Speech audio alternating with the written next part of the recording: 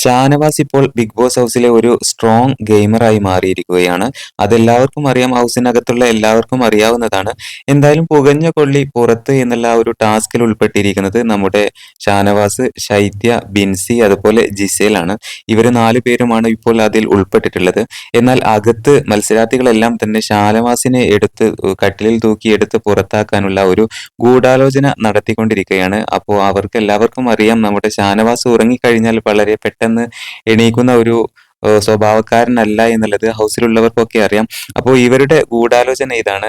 ഷാനവാസിന്റെ കൂടെയുള്ള മറ്റ് 3 ഗേൾസിനെ എങ്ങനെയെങ്കിലും മാനിപ്പുലേറ്റ് ചെയ്ത് അവരുടെ സപ്പോർട്ടോട് കൂടെ നമ്മുടെ ഷാനവാസിനെ പുറത്താക്കാം എന്നുള്ള ഗൂഢാലോചനയാണ് അവിടെ നടന്നുകൊണ്ടിരിക്കുന്നത്. എല്ലാവർക്കും അറിയാവുന്നതാണ് ഷാനവാസ് ഇപ്പോൾ നല്ല രീതിയിൽ ഗെയിം കളിച്ചു വരുന്നുണ്ട്. ഒരു ബിഗ് ബോസ് മെറ്റീരിയലായി മാറിയിരിക്കുകയാണ്.